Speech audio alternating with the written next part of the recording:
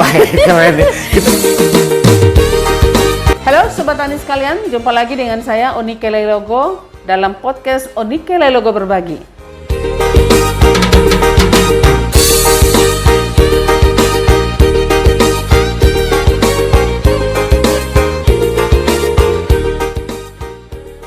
Salam jumpa dan salam sejahtera bagi teman-teman penyuluh dimanapun Anda berada, khususnya yang ada di Nusa Tenggara Timur.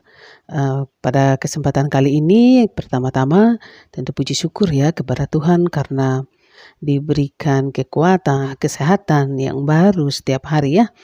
Kita masih dapat melewati hari-hari kita dengan melaksanakan aktivitas kita dimanapun kita menjalankan itu semua. Pada kesempatan kali ini sebetulnya saya ingin berbagi ya dengan teman-teman sesuai dengan podcast saya, yaitu podcast Onike Leilogo Berbagi. Saya ingin berbagi dengan teman-teman lebih kepada konteks penyuluh pertanian dan angka kreditnya. Bukan juga berarti bahwa penyuluh itu semata-mata kerja hanya untuk angka kredit, tidak. Tapi justru dengan kita sudah melaksanakan kegiatan itu, ya, kita mendapatkan sesuatu untuk angka kredit kita. Apa yang mendasari sebetulnya saya ingin berbagi ini? Ya, seringkali saya mendengar bahwa menggambarkan seolah-olah bahwa mengumpulkan angka kredit itu sesuatu hal yang tidak mudah atau tidak gampang menurut apa yang saya dengar seperti itu. Apa yang ingin saya bagikan adalah sebatas pada sebuah motivasi sebetulnya. Ya, motivasi kita sebagai seorang penyuluh ya dalam hubungannya dengan angka kredit. Jadi konten ini ya minta maaf, saya bukan berarti ini menggurui teman-teman, tapi hanya sebuah motivasi agar kita sebagai seorang penyuluh ya juga selalu konsentrasi dengan apa yang dinamakan angka kredit itu. Sebagai seorang ASN yang dituntut untuk selalu mengumpulkan angka kredit kita dan mengusulkan yang dalam setahun itu, yang dalam setahun disiapkan 2 kali ya, bisa kita per semester, bisa juga per sekali setahun. Nah, oleh karena itu mohon maaf kepada teman-teman bahwa bukan berarti bahwa penyuluh itu hanya mengingat semata-mata hanya hidup untuk angka kredit, bukan. Saya ingin meminjam sebuah istilah. Itu istilah soulmate atau belahan jiwa. Seperti kata belahan jiwa ini seperti dalam lagunya Anang ya. Dalam lagunya Anang itu judulnya Separuh Jiwaku Pergi. Separuh jiwaku. Jadi belahan jiwanya pergi. Apa itu maksudnya belahan jiwa? Karena yang kita tahu bahwa sebagai sepasang suami istri, suami itu belahan jiwanya adalah istri. Demikian juga sebaliknya. Istri, belahan jiwanya adalah suami. Dan tidak ada belahan-belahan yang lain. Bukan 1/4 atau 1/3. Karena kalau 1/4 atau 1/3, bisa jadi nanti ada lagi belahan-belahan yang lain. Namanya juga belahan, ya kan? Namanya juga belahan. Jadi separuhnya. Jadi tidak ada 1/3 atau 1/4. Atau 1/3 jiwa gitu, tidak ada.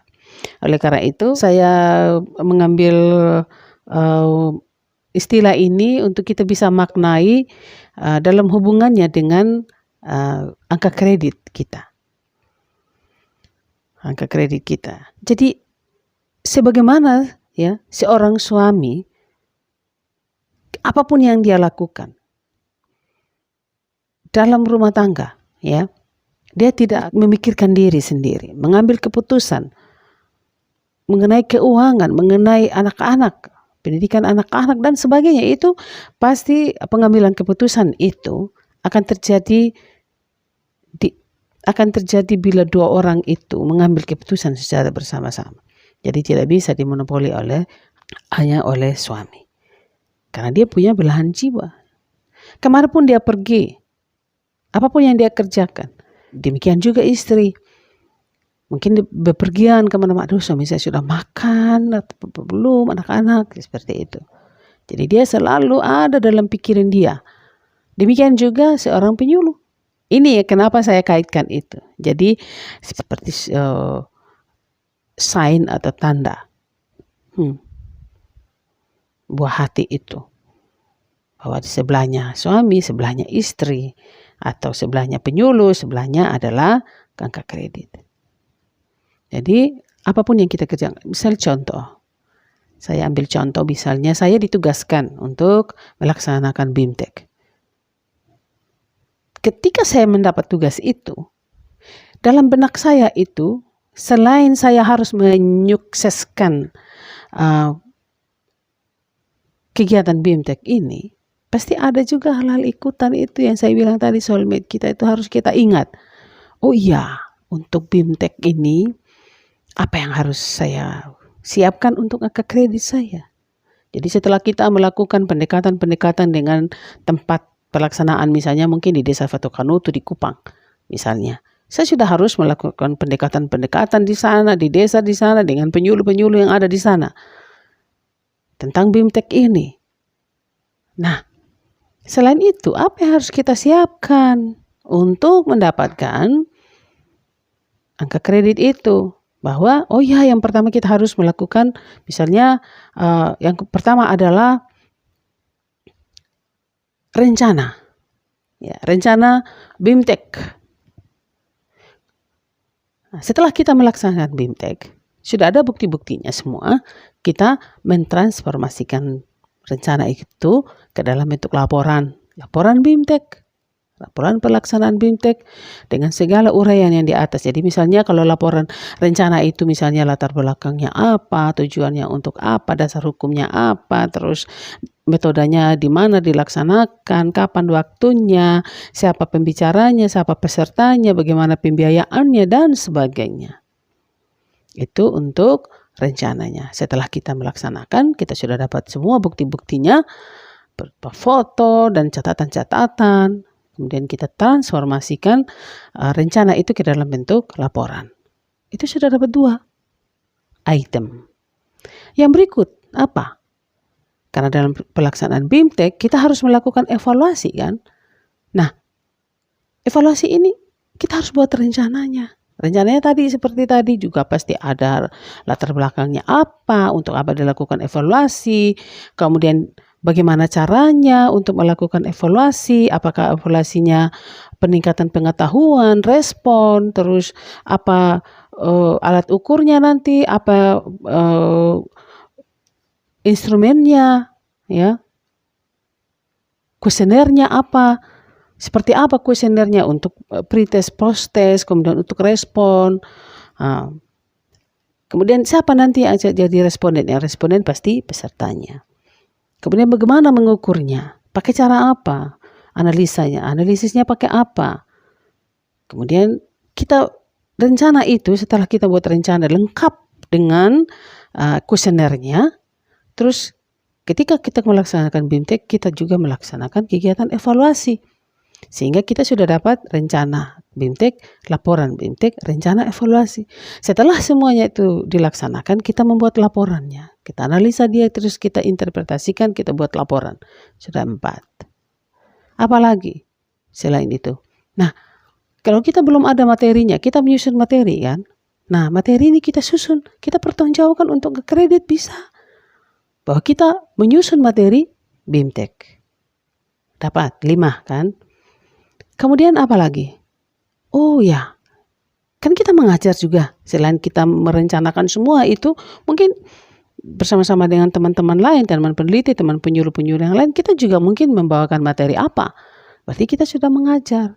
Materi yang kita susun tadi, kita kan pakai mengajarnya di situ. Berarti kita juga sudah ada bukti bahwa kita mengajar BIMTEK. Berarti untuk satu kegiatan BIMTEK ada 6 item, berapapun itu angka kreditnya, ya 0, sekian atau berapa. Nah itu yang yang perlu harus menjadi pemikiran kita. Kita ditugaskan misalnya untuk mengikuti seminar atau mungkin pertemuan-pertemuan, temu lapang, temu teknis atau temu atau pelatihan di balai besar, di BPTP atau apapun. Kita sudah harus siapkan dari saya akan ke sana besok. Berarti apa yang harus bawa? Berarti form, karena form ada form A sampai F kan. Form A itu kan kepala instansi, ya, yang tanda tangan. Tapi kalau form B dan C itu adalah panitia penyelenggara, berarti di mana tempat penyelenggaraan itu yang menandatangani. Jadi kalau kita tidak membawa form B, kita akan kehilangan jejak untuk kita bisa mengumpulkan angka kredit kita dari kegiatan itu. Walaupun ada sertifikat, tapi kalau tidak ada form B yang ditandatangani oleh penyelenggara, makanya tidak mungkin. Sehingga kita sudah harus siapkan dari rumah form B. Jadi yang ditandatangani oleh penyelenggara itu kan ada dua nih, form B dan form C. Form B itu mengikuti atau membawa makalah di mana atau menjadi peserta seminar dan sebagainya. Kemudian form C itu kan mengajar, ya. Itu seperti itu. Jadi sudah itu yang harus kita siapkan sehingga ketika kita pulang sudah ada bukti-buktinya. Dilengkapi foto, surat tugas dan sebagainya. Anjang sana. Kita sudah harus bawa dari tempat kita bahwa ini ada form yang harus ditangani oleh ketua kelompok. Form laporan anjang sana, kemudian daftar hadir. Itu yang pertemuan kelompok. Tapi kalau yang individu itu karena perorangan kan itu tidak perlu daftar hadir, ya, atau surat tugas kalau di luar jam kerja. Jadi itu yang harus kita pikirkan. Apapun yang kita kerjakan, kita harus berpikir ke situ. Jadi sebagai soulmate kita, seorang penyuluh adalah angka kredit. Nah itu yang ingin saya bagikan pada saat ini. Penyuluh soulmate-nya adalah angka kredit. Tidak bisa dipisahkan. Dia harus menyatu.